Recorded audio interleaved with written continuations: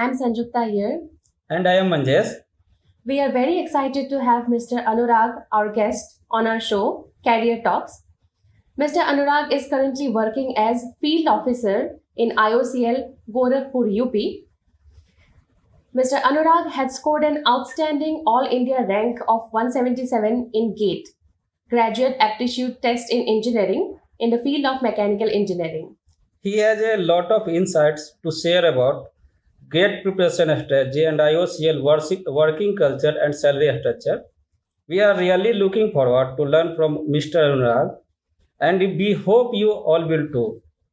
So, without further delay, please join us in welcoming Mr. Anurag to our show. So, first, we would like to know from you about your introduction, that is native place, academic background, and career journey, if you have till today. Good afternoon भैया। मेरा नाम अनुराग अग्रहारी है। मैंने अपना BTech Madan Mohan Malaviya University of Technology Gorakhpur से complete किया था 2017 batch में, और मेरा एमटेक जो है आईटी गुवाहाटी से हुआ था 2018-19 बैच में। 18-19 बैच। तो बीटेक बाद कहीं जॉब किए थे? बीटेक करने के बाद मैं 1 साल तैयारी किया था, गेट की तैयारी किया था। उसमें मेरी रैंक 2000 में मुझे आईटी गुवाहाटी से एमटेक मिला था। ओके। तो वहाँ पे फिर एमटेक में एडमिशन ले लिया। ठीक है। तो तैयारी कहाँ पे किए थे? तैयारी मैं लखनऊ में किया था भैया। कौन सा कोचिंग सेंटर? मिर्ची से किया था, मिर्ची लखनऊ से। ओके। तो आपको कितना साल लगा मतलब गेट में इतना अच्छा रैंक लाने के लिए? 177 था आपका रैंक, तो कितना साल प्रिपेयर किए थे आप? एक्चुअली मैम, मैं जब कॉलेज में ही था तो मैंने फाइनल ईयर में प्रिपरेशन स्टार्ट कर दी थी। ओके। मैंने फाइनल ईयर में ही मेरे 65 मार्क्स आए थे और रैंक मेरी थी 3500 के अराउंड। अभी मैंने डिसाइड किया कि मुझे गेट ही करना है, कि बिना तैयारी के अच्छे नंबर आ गए थे, तो मुझे लगा कि मैं गेट ही कर सकता हूँ, मेरा और कोई स्कोप है नहीं। बहुत अच्छा। तो मैंने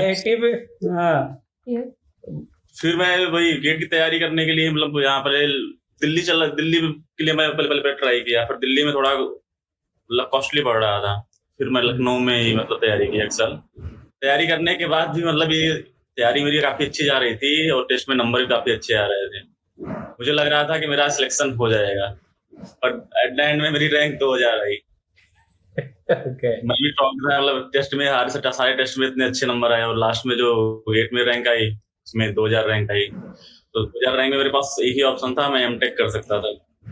मैंने एमटेक के लिए मेरे रैंक के अकॉर्डिंग मुझे आईआईटी बीएचयू अप्लाई किया था, और आईआईटी गुवाहाटी अप्लाई किया था, और आईआईटी खड़गपुर और आईआईटी धनबाद। तो मुझे आईआईटी गुवाहाटी से पहले मिला था मैन्युफैक्चरिंग। उसके बाद फिर मेरा अपग्रेड हुआ था, तो मुझे कंप्यूटेशनल मैकेनिक्स मिला था। ओके। तो आपको कैसा लगा था कंप्यूटेशनल मैकेनिक्स, या फिर आप फिर से गेट की तैयारी में ही बिजी थे? मैम, फोकस तो गेट पे ही था, बट क्या है कि जब हम आईआईटी में जाते हैं एमटेक करने, तो वहां पे मतलब एकेडमिक प्रेशर इतना ज्यादा हो जाता है कि हमें एकेडमिक में मतलब घुसना ही पड़ता है, एकेडमिक पढ़ाई करनी ही पड़ती है। तो जब मैं गुवाहाटी में गया था तो मैं स्टार्ट में सोचा कि मैं इधर आके गेट की तैयारी ही करूंगा। तो अगस्त में 1 महीना हम तैयारी किया, थोड़ा बहुत मैंने टेस्ट सीरीज दी। फिर उसके बाद फिर एकेडमिक प्रेशर आ गया, फिर मैं छोड़ दिया मतलब जो है। फिर मैं यही सोचा कि मुझे जब मतलब सेमेस्टर के बीच में जब गैप मिलेगा उसमें मैं शुरू कर दूंगा कंटिन्यू। फिर मैंने 3-4 महीना मतलब गेट के बारे में बिल्कुल कुछ नहीं सोचा, बस एकेडमिक सोचा। भैया भी थे साथ में, हमारे भैया भी उस समय क्रिकेट बहुत खेलते थे भैया के साथ में। तो वही सवाल है अगला कि अनुराग, दिन भर हम लोग तो क्रिकेट खेलते थे, दिन भर मतलब हर समय। उसके बाद फिर क्या प्रिपरेशन स्ट्रेटजी था कि इतना अच्छा रैंक आया? फिर प्रिपरेशन भैया मेरा लास्ट ईयर ही अच्छा था, काफी अच्छा था। मतलब मुझे ज्यादा कुछ करना नहीं था, बस मुझे रिवीजन करना था और टेस्ट सीरीज देना था। ओके। जब वो दिसंबर में मतलब दिसंबर की जब क्या कहते सेमेस्टर ब्रेक होता है, मैं घर गया, घर से जब वापस आया उस 2 महीने में मतलब मैंने पूरा फिर पढ़ाई पे दिया, अच्छे से सारे टेस्ट सीरीज सॉल्व किए, बस इतना ही किया था भैया। मतलब जैसे कोई गेट एस्पायरेंट है इस साल देना चाहते हैं, नेक्स्ट ईयर देना चाहते हैं, तो आप उनको कैसे एडवाइस करोगे कि वो कैसे प्रिपेयर करें, कितना आवर्स डिवोट करें फॉर स्टडी, कितना आवर्स फॉर टेस्ट सीरीज का प्रैक्टिस करें या इंटरव्यूज का प्रैक्टिस करें, तो क्या आप कैसे एडवाइस करोगे? मैं अगर पहले अगर स्टार्टिंग कर रहा है कोई, तो पहले तो उसे मतलब डीप थ्रू जाना चाहिए, मतलब कांसेप्ट सारे क्लियर करना चाहिए। और गेट के जो 24 क्या कोई गेट का जो क्वेश्चन पेपर होता है, ये हमें सारे सॉल्व करना चाहिए, पहले इसके थ्रू जाना चाहिए। उसके बाद हमें ज्यादा फोकस करना चाहिए टेस्ट सीरीज पे, क्योंकि टेस्ट सीरीज पे ही पता चलता है कि हमारी मतलब जो है हम किस लेवल पे हैं, क्योंकि टेस्ट सीरीज में लगभग ऑल इंडिया लेवल के जो अच्छे लड़के होते सब देते हैं, उसमें हमारी रैंक आती है। उससे थोड़ा हमारी मतलब हम पता चल जाता है कि हम कितने पानी में हैं अभी, मतलब कि ये बोलना चाह रहे हैं कि प्रिपरेशन तो स्टार्ट कर दे कोचिंग के थ्रू, चाहे कहीं भी हो, लेकिन जो टेस्ट सीरीज पे सबसे ज्यादा फोकस करना चाहिए। जी भैया, वही प्रैक्टिस बनाएगा। जितना प्रैक्टिस ज्यादा होगा उतना आपका ज्यादा होगा। अच्छा, पढ़ तो लेते हैं लेकिन हम लोग अप्लाई नहीं कर पाते ना। पढ़ तो लेते हैं, सारे कॉन्सेप्ट भी क्लियर होते हैं। एक्चुअली जब बुक वाले जो क्वेश्चन है तो हम कर ही लेंगे, थोड़ा हमारे पास टाइम रहता है। लेकिन जब टेस्ट सीरीज हम देते हैं, हमारे पास एक टाइम बाउंड रहता है। इस टाइम बाउंड के बीच में हमें एक चीजें करनी है। उस समय जो मिस्टेक्स करते हैं वो हमें मतलब जो है इम्प्रूव करने के लिए टाइम मिल जाता है, अगर हम टाइमली टेस्ट सीरीज दे रहे हैं। बहुत लोगों के साथ क्या होता है कि वो टेस्ट सीरीज देते ही नहीं, उनको डर होता है कि मेरे नंबर कम आ जाएंगे, मैं डिप्रेस हो जाऊंगा, मेरे नंबर कम आ जाएंगे। तो ये सब चीजें सोचनी नहीं चाहिए, क्योंकि लास्ट ईयर मेरी टेस्ट सीरीज में काफी अच्छे नंबर आ रहे थे, मैं खुश था मेरा तो हो जाएगा, और एंड में नहीं हुआ। जब इस बार हमने ये चीज माइंड में रखा ही नहीं कि मुझे टेस्ट सीरीज में नंबर लाना है, मुझे टेस्ट सीरीज में जो हमने सॉल्व किया, जो हमने मिस्टेक्स किया, उसको हमने एलिमिनेट किया। ओके। तो टेस्ट सीरीज खुद के लिए होता है, मतलब अपने आप को बेहतर करो, नंबर का इतना मत सोचो कि कितना नंबर आ रहा है टेस्ट सीरीज में। लास्ट ईयर में टेस्ट सीरीज में नंबर ज्यादा आते थे, इस बार टेस्ट सीरीज में नंबर उतने अच्छे नहीं आते थे। अच्छा, लेकिन इस बार जो गलती की थी उसको हमने जो है मतलब अच्छे से रिवाइज कर लिया था, जो मिस्टेक, मतलब ये टारगेट करते थे कि जो मिस्टेक कर रहे हैं ना उसको कम किया जाए। हाँ, मतलब कि जैसे 60 क्वेश्चन बनाया तो 60 में 60 सही होना चाहिए, ऐसा नहीं जितना अटेम्प्ट किया। क्योंकि गेट में जैसे अभी उसमें मैकेनिकल में कंपलसरी था कि हमें 100 में 80% के ऊपर करना है। हमारी एक्यूरेसी भी अच्छी होनी चाहिए, हम कहीं भी थोड़ा सा भी मतलब मिस नहीं कर सकते हैं कि कैलकुलेशन मिस्टेक, ये सब चीजें, इस सब चीज के लिए प्रिपेयर होना चाहिए। और अभी तो मतलब पहले क्या था, पहले कैलकुलेटर हम ऑफलाइन यूज करते थे, वो वाला क्या बोलते हैं गैजेट वाला। लेकिन अभी क्या है कि कैलकुलेटर भी ऑनलाइन है, उसको चलाने के लिए भी मतलब टाइम लगता है। अगर कोई जस्ट जाके कैलकुलेटर यूज करेगा तो चला नहीं पाएगा, उसके लिए प्रैक्टिस चाहिए होती प्रॉपर। तो टेस्ट सीरीज प्रैक्टिस करने से आपका टाइम पता चल जाता है, कितना टाइम पे आप कितना सॉल्व कर सकते हो, कैलकुलेटर यूज करने के लिए कितना टाइम चाहिए, टाइम मैनेजमेंट, ये प्रैक्टिस हो जाता है। गेट में जो क्वेश्चन आते हैं ज्यादा हार्ड क्वेश्चन नहीं आते, बस थोड़ा हमें उसमें सोचना होता है। अगर वो सोचने के लिए हमारे पास टाइम है तो हम सॉल्व कर ले जाएंगे। ओके, तो हमें ऐसे प्रिपेयर करना चाहिए, हमें लगे हमारे पास टाइम है, 2-3 मिनट जो हमें मिलता है उसमें हम सोच के क्वेश्चन सॉल्व कर सकते हैं। कभी कभी क्या होता है, जब हमने क्वेश्चन देखा, कॉपी पेन उठाया, सॉल्व करने लग गए, तो ऐसे क्वेश्चन क्या होता है, टाइम भी वेस्ट होता है, फिर फ्रस्ट्रेट भी हो जाते हैं, आंसर भी नहीं आया। तो क्वेश्चन को पढ़ने के बाद पहले 2 मिनट के लिए सोचने पे क्या होता है ना, कि जो कैलकुलेशन हमारा होता है 2 मिनट में हो जाता है, मतलब 2 लाइन में कैलकुलेशन होके सॉल्व हो जाता है। अच्छा, ये एक बात मैं पूछना चाहता था कि आप दिन भर में मेरे साथ क्रिकेट खेलते तो आप टाइम कब निकालते थे? रात में पढ़ते थे, कब करते थे प्रिपरेशन के लिए? आप जब मैं भैया था ना, उसमें तो मैंने क्रिकेट ज्वाइन कर लिया था। आप तो होंगे वो लोग हॉस्टल में थे जो है, 12 से लेके लगभग रात को 9 बजे तक क्रिकेट चलता ही था, मतलब दोपहर में 12। तो मैं सुबह उठ के क्या करता था, जब मैं सुबह उठ के पहले 2-3 घंटे पढ़ के फिर मैं सीधे लाइब्रेरी चला जाता था। वहाँ 9 से 12 एक मैं 3 घंटे की टेस्ट सीरीज देता था। उसके बाद आने के बाद लंच करते थे, लंच करने के बाद फिर वही खेलते कूदते थे, फिर शाम को 6-7 बजे फिर मैं खा पी के फिर लाइब्रेरी चला जाता था, फिर 12 बजे वापस। वही 6-7 घंटे मतलब। जो ये क्या हुआ था ना मैम, जब गेट में रैंक लाया था तो दिन में मेरे साथ खेलते रहता था, तो लोगों को बहुत आश्चर्य हुआ जो इसका बैचमेट थे, कि इतना अच्छा लाया कैसे, दिन भर तो खेलते रहता है। तो ये टेस्ट सीरीज देता था उस टाइम पे। इनका स्ट्रेटेजी या जो भी बोले कि पहले आपने 1-2 साल में काफी मेहनत ऑलरेडी कर चुके थे, तो आपका कॉन्सेप्ट बहुत क्लियर था। तो लास्ट ईयर में आपने जितना है उतना टेस्ट सीरीज दिया, तो आपको इसने बहुत हेल्प किया, मतलब। तो बेसिकली आई थिंक आफ्टर आपका कॉन्सेप्ट क्लियर हो तो आपको टेस्ट सीरीज में स्टार्ट कर देना चाहिए। हम जरूरी नहीं कि हमारे कॉन्सेप्ट क्लियर तभी हमें टेस्ट सीरीज स्टार्ट करनी चाहिए, हमें टेस्ट सीरीज Okay. पहले ही स्टार्ट कर देनी चाहिए, क्योंकि मोस्ट ऑफ द जो न्यूमेरिकल बेस्ड क्वेश्चन आते हैं मैक्सिमम चीजें हमें टेस्ट सीरीज से ही मिलती हैं। टेस्ट सीरीज में हम मिस्टेक कर कहाँ हैं, कभी क्या होता है हमें लगता है कि हमारा जो कॉन्सेप्ट है जो हम पढ़े हुए हैं चीज सही है, समटाइम क्या होता है जो हम सोच के रखे होते हैं वो चीज सही नहीं होता है।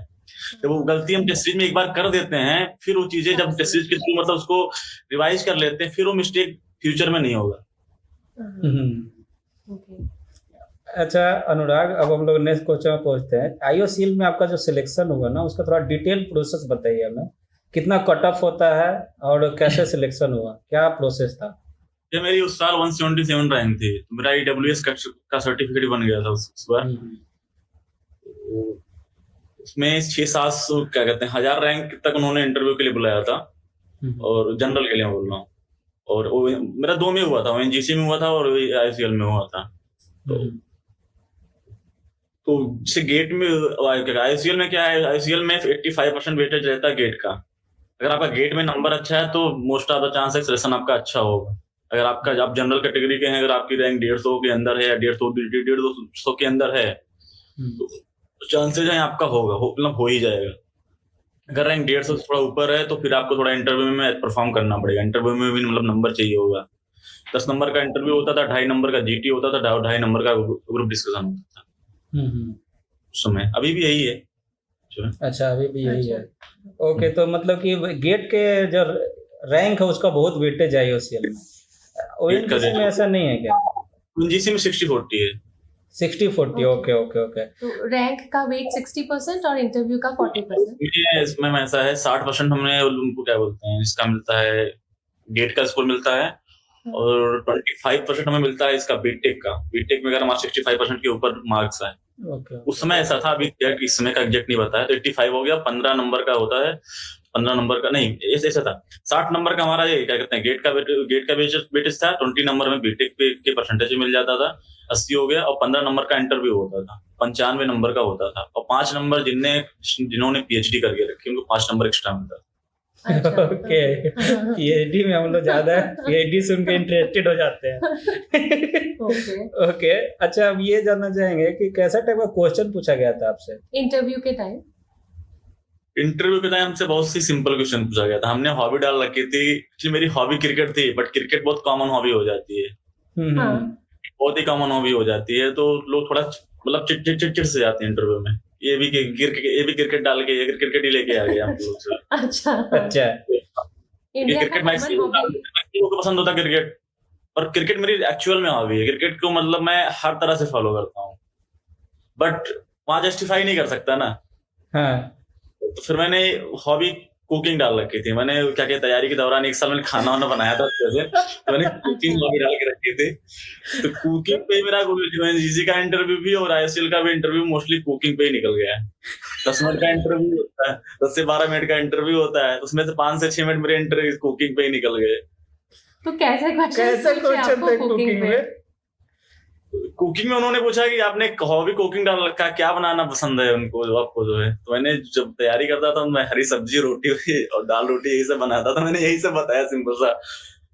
अच्छा, तो मतलब हॉबी के अलावा आपको टेक्निकल क्वेश्चंस नहीं पूछे? टेक्निकल बहुत ही 2-4 क्वेश्चन ही पूछे टेक्निकल हमसे। मतलब ONGC में तो 2-4 क्वेश्चन ही पूछे, वो सिंपल थे। मेरा ONGC का इंटरव्यू, मेरा बैकग्राउंड गांव का है, तो उन्होंने गांव से ही पूछा धान कैसे उगाते हैं, गेहूं कैसे उगाते हैं, गेहूं से भूसे को अलग कैसे करते हैं, गाय से दूध कैसे निकालते हैं, यही सब पूछते रहे मतलब। और एक क्वेश्चन पूछा था कि क्या कहते हैं दूध की मतलब क्वालिटी मेजर करने के लिए किसका यूज करते हैं, लैक्टोमीटर होता है ना। एक क्वेश्चन ही पूछा था, और टेक्निकल तो 3 ही क्वेश्चन पूछे थे, हम तो उसका आंसर कोई भी दे सकता है। तो आपका सिलेक्शन इंटरव्यू पे ONGC और IOCL दोनों में ही हो गया था? हाँ, दोनों में हो गया था। ONGC में मेरा सिलेक्शन हुआ था। ONGC में मैम वो क्या कहते हैं ब्रांच होती है, कई सारे मतलब डिपार्टमेंट होते हैं। जैसे होता प्रोडक्शन होता है, मैकेनिकल होता है, सीमेंटिंग होती है। मेरा हुआ था प्रोडक्शन में हुआ था। प्रोडक्शन सबसे अच्छी ब्रांच होती है। ओके, तो आपने फिर प्रोडक्शन में हुआ। तो ONGC छोड़ के IOCL में क्यों है? पहले मेरा सिलेक्शन ONGC में ही हुआ था, उसके 10 दिन के बाद मेरा IOCL का रिजल्ट आया था। मेरे कोलीग्स भी कुछ थे और मेरे सीनियर्स भी थे। सबसे मैंने क्या कहते हैं वर्क कल्चर पता किया, तो लोगों ने बोला ओएनजीसी और आईसीएल में अगर मैं सिलेक्शन हुआ तो आईसीएल में ही जाओ। दोनों में इसमें पैकेज भी लगभग सेम ही है, बहुत ज्यादा डिफरेंस उसमें है नहीं। और ओएनजीसी का थोड़ा यही था कि ओएनजीसी में जो पोस्टिंग रहती है थोड़ा कोस्टल एरियाज पे रहती है। अच्छा। तो अभी आईसीएल की पोस्टिंग ग्राउंड में रहती है, ग्राउंड में। ओके। अभी आपका आईओसीएल में जो जॉब रोल है उसके बारे में कुछ बता सकते हैं डिटेल में? आईसीएल हमने ज्वाइन किया था 2019 में, मेरा सिलेक्शन हुआ था आईसीएल में। ज्वाइन करने के जस्ट बाद मेरी पहली पोस्टिंग थी बैतालपुर डिपो, जहाँ से मतलब ये पेट्रोल पंप्स पे मतलब तेल सप्लाई होता है यहाँ पे। तो 2.5 साल मेरा वहां पे रहा था। तो वहां पे जो जॉब प्रोफाइल थी, वहां की जॉब प्रोफाइल यही थी कि मतलब एक पेट्रोल पंप वाले अपना इंडेंट मतलब क्या कहते हैं लोड लगाते थे। जैसे मतलब हमने ऑर्डर दिया कि हमें इतना ये चाहिए इतना, वहां से जब जस्ट मतलब सप्लाई लोकेशन, जस्ट एक सप्लाई लोकेशन था, वहां से मतलब पेट्रोल पंप पे हम तेल सप्लाई करते थे। ओके। तो आप उस वक्त कौन से पोजीशन में ज्वाइन किए थे? As a senior officer join किया था मैं तुमने। Senior officer. उसके 2.5 साल के बाद मेरा ट्रांसफर भी हो गया है, रिटेल सेल्स में हो गया मतलब। अच्छा। वो लास्ट मेरा ट्रांसफर हुआ था, मैं संत कबीर नगर डिस्ट्रिक्ट और प्लस गोरखपुर का थोड़ा सा हिस्सा, इसका मैं फील्ड ऑफिसर था। इस एरिया के अंदर जितने भी पेट्रोल पंप आते हैं उसका मैं ऑफिसर था, फील्ड ऑफिसर था जो है। अभी मेरा करंट में मैं हूँ महाराजगंज डिस्ट्रिक्ट में, पूरे महाराजगंज डिस्ट्रिक्ट का मैं फील्ड ऑफिसर। ओके। सारे जो पेट्रोल पंप है उनका मतलब फर्स्ट पॉइंट मतलब जो है वही, मतलब पहले वो मुझे ही कांटेक्ट करेंगे मतलब जो है किसी भी इशू के लिए, किसी भी काम के लिए मुझे उनका इंस्पेक्शन करना होता, पंप की सैंपलिंग करनी होती, जो भी उनकी दिक्कतें हैं जो है हर चीज उनका देखना होता है। अच्छा, फील्ड ऑफिसर आईओसीएल में ये एक डिस्ट्रिक्ट है, वहाँ पे जितना पेट्रोल पंप उनको समझे मालिक है, मतलब जो भी है इन्हीं से पूछा जाएगा, जो भी इंस्पेक्शन टेस्टिंग सारा चीज। ओके। तो अभी आप आपका कुछ ये बता सकते हैं कि कैसा टाइप का सैलरी पैकेज होता है? मतलब एग्जैक्ट अमाउंट तो नहीं पूछ रहे, लेकिन राउंड अबाउट। अभी मैम जब हम लोगों ने ज्वाइन किया था उस हम लोग का बेसिक पे 60,000 था। E3 ग्रेड में ज्वाइन कर देते हैं। अभी क्या है, अभी सारी कंपनियों ने सैलरी अपनी घटा दी है। अभी मैं देख रहा था इसका क्या बोलते हैं, एनटीपीसी के नोटिफिकेशंस आए हैं, 200 वैकेंसी निकली है गेट के थ्रू मैकेनिकल में। उसमें इंटरव्यू भी नहीं, जस्ट गेट की मार्क्स पे सिलेक्शन है। उनका बेसिक पे 40 कर दिया है, मतलब 20,000 कम कर दिया है। और आईसीएल ने भी 10,000 कम कर दिया। अभी जिनकी ज्वाइनिंग होती है उनका बेसिक पे 50 रहता है। ओके। तो अभी कम हो गया। अच्छा, ये सैलरी के अलावा क्या क्या बेनिफिट होता है? मेडिकल बेनिफिट रहता है, अगर आपके जो डिपेंडेंट्स हैं, मेरे मम्मी पापा हैं, उनका अनलिमिटेड बेनिफिट, अनलिमिटेड वो रहता है, लिमिटेड मेडिकल बेनिफिट्स रहता है। प्लस कंपनी फर्नीचर अलाउंस भी देती है, मतलब लैपटॉप के लिए भी पैसे देती है, मतलब देती है, मोबाइल्स के लिए भी देती है, मतलब कंपनी हर तरह से ख्याल रखती है अपने एम्प्लॉइज का। अच्छा। तो आप काफी खुश है इसका मतलब वहाँ पे आईओसीएल में आप जॉब को लेके? हाँ ठीक है। कितना घंटा ड्यूटी रहता है, क्या है वर्किंग टाइम? अभी जब डिपो में थे उस समय डिपो में 8 घंटे ड्यूटी रहती थी। 8 घंटे से जब भी ओवर होगा तो उसका आपको ओवर टाइम मिलेगा, एक्स्ट्रा पैसा मिलेगा। और वहाँ पे वर्क लाइफ बैलेंस ही, मतलब 8 घंटे के बाद हम फ्री थे। और यहाँ पे थोड़ा जो फील्ड ऑफिसर में वाली जॉब थोड़ा हेक्टिक रहती है। हेक्टिक मतलब हम 24 घंटे बिजी रहते हैं मतलब जो है। ओके। ये वाली लाइफ में मतलब ठीक है, लाइफ में फ्री टाइम है, हमें कहीं रिपोर्ट नहीं करना होता है, हमें मतलब कहीं से भी रह के मतलब अपने एरिया में रह के काम करना होता है बस। बट उसमें दोनों के मतलब अलग अलग अपने एडवांटेज भी हैं, फायदे भी, मतलब फायदे भी हैं और घाटे भी हैं। अच्छा, ये अनुराग, इसका वर्क कल्चर कैसा है, मतलब कल्चर कैसा पसंद आता है आपको? हाँ ठीक है भैया, मतलब ठीक है। तो अभी आप ऑलरेडी बोल चुके हैं कि आप तो काफी खुश है जॉब में, तो कभी लाइफ में पीएचडी करने में इंटरेस्टेड है क्या, या मास्टर्स कंप्लीट करने में? अभी कंप्लीट नहीं किया है, 1 साल के बाद। मैंने एमटेक में एडमिशन इसलिए लिया था, मेरा थोड़ा फाइनेंशियली इशू था, उसमें मुझे मतलब फाइनेंशियली थोड़ा सपोर्ट भी मिल जाता है ना, स्टाइपेंड मिलता था। मैंने एमटेक इसीलिए ज्वाइन किया था, क्योंकि मेरा एमटेक करने का कोई भी मतलब जो है वो नहीं था, करने का तो बिल्कुल नहीं था। तो पीएचडी तो बहुत दूर है। अच्छा एमटेक मैंने एक ही सेमेस्टर किया था, मतलब जो दूसरे सेमेस्टर में, दूसरा सेमेस्टर नहीं कंप्लीट हुआ। अच्छा अनुराग, आपको क्या स्कोप दिखता है अभी के टाइम पे? आपको पता है क्या कंडीशन है मैकेनिकल इंजीनियरिंग का? मतलब कि अगर उसमें मैकेनिकल इंजीनियरिंग करने के बाद बीटेक में क्या स्कोप दिखता है? एक तो गेट है, और क्या क्या हो सकता है? गेट के थ्रू अभी भी मतलब वैकेंसी तो निकल ही रही है, जैसे वो क्या कहते हैं एनटीपीसी में आई हैं, सीपीएचपीसीएल में आई हैं, आईसीएल में भी आई हैं, ओएनजीसी में भी आई हैं। स्कोप तो मतलब है ही पीएसयू में जाने का।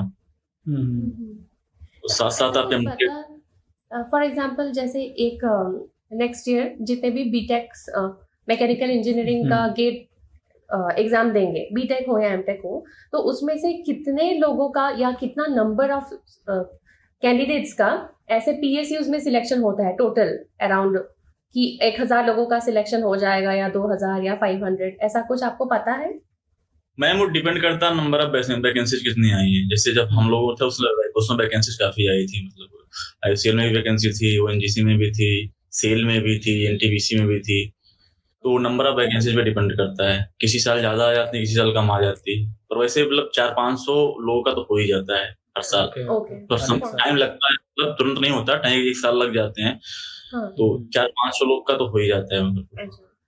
तो अराउंड 400-500 तक आप रैंक ले आए तो आप निश्चित। जनरल में है आपकी रैंक 300 के अगर अंदर है, मोस्ट ऑफ द चांसेस हैं कि आपको 1 साल से 1.5 साल के अंदर, मतलब गेट एग्जाम देने के बाद में कहीं न कहीं हो जाएगा ही, मतलब अच्छा। सारी कंपनी लेट, मतलब लेट करती हैं, मतलब जो है रिक्रूट में। तो आपका फिर फ्यूचर प्लान क्या है? आईओसीएल में ही आप रहना चाहते हैं या फिर और कुछ और परस्यू करना चाहते हैं, कैसा है? मैम आईओसीएल में ही रहना है अभी। आईओसीएल में रहना है। ओके, अब मैंने तो बस ये एक है कि क्या सजेस्ट करना चाहिए, अब मतलब करना चाहेंगे कि बीटेक करना चाहिए मैकेनिकल से फिर गेट का प्रिपरेशन करना सही है कि नहीं, मतलब क्या सजेस्ट करना चाहेंगे?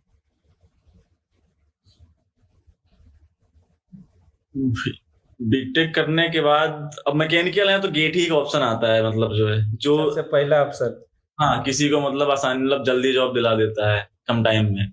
अदरवाइज किसी के थ्रू भी जाएगा तो उसमें टाइम लगेगा, जिनके अंदर पेशेंस पता लोग, मतलब इसे ईएसबी है, ईएसबी लोग करते हैं, पर मैकेनिकल वालों के लिए तो गेट ज्यादा हो रहता है, मतलब जो है गेट में वैकेंसीज भी अच्छी आती हैं। सभी एनटीपीसी में 200 वैकेंसी आई हैं, पीसीएल में 50 वैकेंसी आई हैं इस साल गेट 2023 के थ्रू। ओके, तो अभी हम लोग का जो पहला राउंड ना खत्म हो गया मिस्टर अनुराग, हम लोग ने पहला राउंड खत्म कर लिया, इंफॉर्मेशन राउंड, और सेकेंड राउंड पे आते हैं that is rapid fire round. तो अनुराग हम लोग ना थोड़ा सा कुछ सवाल पूछेंगे उसी से रिलेटेड जिसमें इंटरेस्ट है। ओके ठीक है।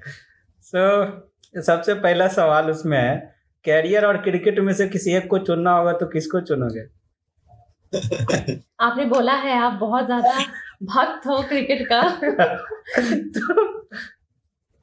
मैम ऑब्वियस बात, आदमी कैरियर को ही चूज करेगा, क्योंकि क्रिकेट तो मतलब साथ में चल सकता है, पर क्रिकेट के साथ कहीं मतलब जो नहीं हो सकता उस चीज से। मैं अभी क्या है, मैं क्रिकेट कभी भी नहीं छूटता, कहीं मैं क्रिकेट देख रहा हूँ, कहीं मैं खेल रहा हूँ, वो तो चल जाता है कहीं पे, बट कैरियर मतलब आगे ही रहेगा ना, कैरियर अलग है।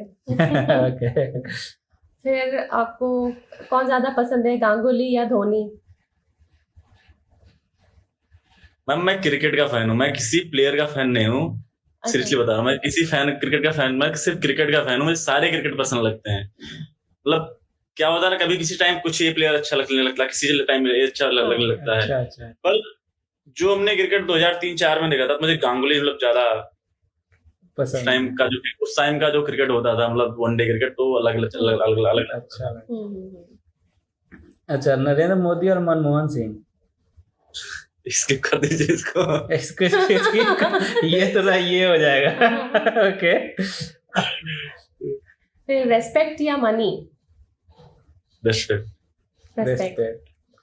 ये तो बेकार। अच्छा, यूपीएससी की तैयारी करने का मौका मिले, कोई इंटरेस्ट है यूपीएससी तैयारी करने का? कभी नहीं सोचा, कभी सोचा ही नहीं। बिल्कुल बिल्कुल नहीं है। ओके सर बहुत सेटिस्फाइड है IOCL से। हाँ जॉब सेटिस्फेक्शन या मनी? Job satisfaction. ओके। एक कोई ऐसा कंट्री जिसमें आप आउट ऑफ इंडिया जो आपको बहुत पसंद है, जहाँ सेटल होना चाहते हैं? पेरिस। पेरिस। ओके। अब ना कुछ एक वर्ड ऐड करना है, मैं कुछ नाम बोलूंगा, उसके आगे कुछ वर्ड जो भी अच्छा लगे। फिल्म स्टार है ना शाहरुख खान, तो क्या है उसके आगे क्या ऐड कर सकते हैं? दीवाना Word. नहीं आ रहा कुछ? दीवाना मस्ताना। दीवाना मस्ताना। रजनीकांत। रजनीकांत। नंबर 1। नंबर 1। बहुत वेरी बढ़िया। Good. Sachin Tendulkar. God of cricket. God of god of cricket. Cricket. तो अभी एक क्वेश्चन है, are you happy where you are right now in your life? Yes ma'am. अब ये सबसे लास्ट क्वेश्चन, 1 से 10 के बीच में आपको अपने आप को जज करना है और मार्क्स देना है फ्रॉम 1 to 10, कितना दोगे? किस फील्ड में? किसी भी मतलब आपका अपने आप को बस 1 to 10 के बीच में आपको मार्क्स देना है, रेट करना है। रेट करना है, अपने आप को रेट करना है। खुद को रेट करना है तो मतलब 6 and 7 बस, ज्यादा नहीं। 6 or 7। अच्छा, मतलब आप खुद में कुछ इम्प्रूवमेंट करना चाहते हैं अभी? बहुत मतलब इम्प्रूवमेंट। जो चीजें बाहर अच्छी दिखती हैं पर अभी अच्छी है नहीं है। अच्छा ठीक है, इसके बारे में हम बाहर फिर लोगों थोड़ी का बात फीडबैक अच्छा करेंगे। है, मुझे लगता है कि अभी मतलब जो है चीजें इम्प्रूव करनी है। ओके। तो तो अनुराग, हमें बहुत अच्छा लगा कि आपने हमारे लिए टाइम निकाला अपने बिजी स्केड्यूल से। Thank you so much. And I really believe कि हमारे जो व्यूअर्स हैं उनको काफ़ी हेल्प होगा। गेट का स्ट्रेटजी जो आपने बताया है वो फॉलो करके उनको अच्छा रिजल्ट भी मिलेगा, ये होप करते हैं हम लोग। क्योंकि अभी जो नए नए जो बच्चे आ रहे हैं, नए नए स्टूडेंट्स हैं, तो वो गेट के प्रति इंटरेस्टेड है, जो मैकेनिकल में जो बच्चे हैं, तो उनको तो ये बहुत फायदा होगा। हाँ। वो समझेंगे कि नहीं टेस्ट सीरीज कितनी गेट के लिए important है। मैम वही मैं टेस्ट सीरीज मस्ट है। टेस्ट सीरीज से ही जो कॉन्सेप्ट क्लियर होता होगा ना, टेस्ट सीरीज जो हम सॉल्व कर, ऐसे मैम क्या होता है कि हम पढ़ तो लेते हैं, समटाइम क्या होता है जो बुक में भी लिखा है उसको हम जो एग्जैक्ट चीजें हैं वो चीजें हमें समझ में नहीं आती है। हमें लगता है कि जो हमने पढ़ा, जो हमने सॉल्व किया चीजें सही हैं, बट जब क्वेश्चन में वो चीज हम करते हैं तो कुछ चीजें समटाइम कुछ और होती हैं। तो क्वेश्चन सॉल्व करते हैं, उसमें जब हम मिस्टेक करते हैं जो, उससे हमें कॉन्सेप्ट, हम लोग का कॉन्सेप्ट ज्यादा क्लियर होता है। हाँ। तो टेस्ट सीरीज ज्यादा से ज्यादा सॉल्व करनी चाहिए, और टेस्ट सीरीज सॉल्व करने से पहले ज्यादा हमें प्रिपेयर नहीं करना चाहिए। समटाइम क्या होता है, टेस्ट सीरीज को जस्ट लाइक हम एक पेपर मान लेते हैं, नहीं ये तो हमारा एग्जाम हो रहा है, हमें इसमें अच्छे से प्रिपेयर करके जाना चाहिए। टेस्ट सीरीज जब भी हमें मन हो, जब भी जरूरी, क्योंकि उसमें तो हमें हमें इम्प्रूव करना है। टेस्ट सीरीज को जस्ट एक मतलब खुद को ऐसे नहीं लेना चाहिए कि ये हमारा रिजल्ट है। तो उसमें हम जितनी ज्यादा गलतियां करेंगे उतना ज्यादा हमारे लिए अच्छा होगा, कि नंबर आएगा तो हम खुश हो जाएंगे, जाहिर सी बात है। नंबर प्रिपेयर करेंगे, तो खुश हो जाए। प्रिपेयर करके टेस्ट सीरीज देंगे, नंबर अच्छे आ गए, 20 में 20 नंबर आ गए, अब तो लगेगा हमारा गेट में सिलेक्शन हो ही जाएगा, जो इधर 20 में 20 उधर 20 में 20 में आ जाएगा। तो वही टेस्ट सीरीज देने से पहले हमें मतलब प्रिपेयर नहीं होना चाहिए, कि मतलब हम प्रिपेयर करके अच्छे से तैयारी करके दें। उससे क्या होता है कि बहुत मतलब वही मतलब बहुत मतलब बेनिफिट होता है तैयारी करने के लिए। फिर तैयारी नहीं रही जब तब तक टेस्ट सीरीज देंगे, तब थोड़ा हमें दिमाग भी लगाना पड़ेगा। मे भी कई सारे ऐसे होते हैं कि उसके फार्मूले भी हमें याद नहीं रहेंगे, उसमें उसको ड्राइव भी करना पड़ेगा। वो सब चीजें बहुत हेल्पफुल होती हैं। इस सब कंडीशन में हम किसी भी टाइप के क्वेश्चन को टैकल कर सकते हैं अच्छे से। जैसे मेरा क्या था, मेरे पास जब मैं गेट का एग्जाम था, मेरे पास बहुत टाइम बच गया था। मैंने क्या किया कि बस जो क्वेश्चन आते हैं मैंने सॉल्व करता चला गया। लास्ट में मेरे पास आधे घंटे बच गए थे। उस आधे घंटे में दो तीन क्वेश्चन हमने सॉल्व किया, उसी ने मेरा सिलेक्शन कराया। अगर वो मेरे पास टाइम नहीं बचा होता आधे घंटे, वो 2-3 क्वेश्चन हमने सॉल्व नहीं किया होता, तो मेरी रैंक 177 के बजाय 1000 के आसपास। फिर 3 क्वेश्चन गलत होता, मेरे 6 नंबर कम होते। 6 नंबर कम होते ही काफी ज्यादा पीछे रैंक हो जाती है। मैक्सिमम क्वेश्चन क्या होते हैं, उसको हमें पढ़ने के लिए टाइम होना चाहिए। समटाइम जल्दी पढ़ लेते हैं, उसमें जो चीज कहना चाह रहा है उसको मिस कर जाते हैं। तो आधे घंटे जो मिले थे उसमें कि मैकेनिकल ऐसा है, मैकेनिकल में कोई भी जिसकी थोड़ी भी प्रिपेयर है उसके पास अगर टाइम है तो सारे क्वेश्चन सॉल्व कर देगा। इतना हार्ड पेपर नहीं आता था उस समय। अभी 2 साल से थोड़ा उन्होंने पेपर का लेवल बढ़ाया है, लेकिन हम लोग के टाइम पे उतना लेवल था नहीं। मतलब जो है बस आदमी के पास टाइम मैनेजमेंट ही मतलब मेन था, टाइम मैनेजमेंट और थोड़ा वही कॉन्सेप्ट क्लियर करना, यही 2 चीज मेन था उसमें। तो थैंक यू अनुराग हमसे बात करने के लिए, बहुत मजा आया। आपको कैसा लगा? अच्छा लगा? बढ़िया लगा भैया। बहुत अच्छा, thank you. Thank you so much. Thank you.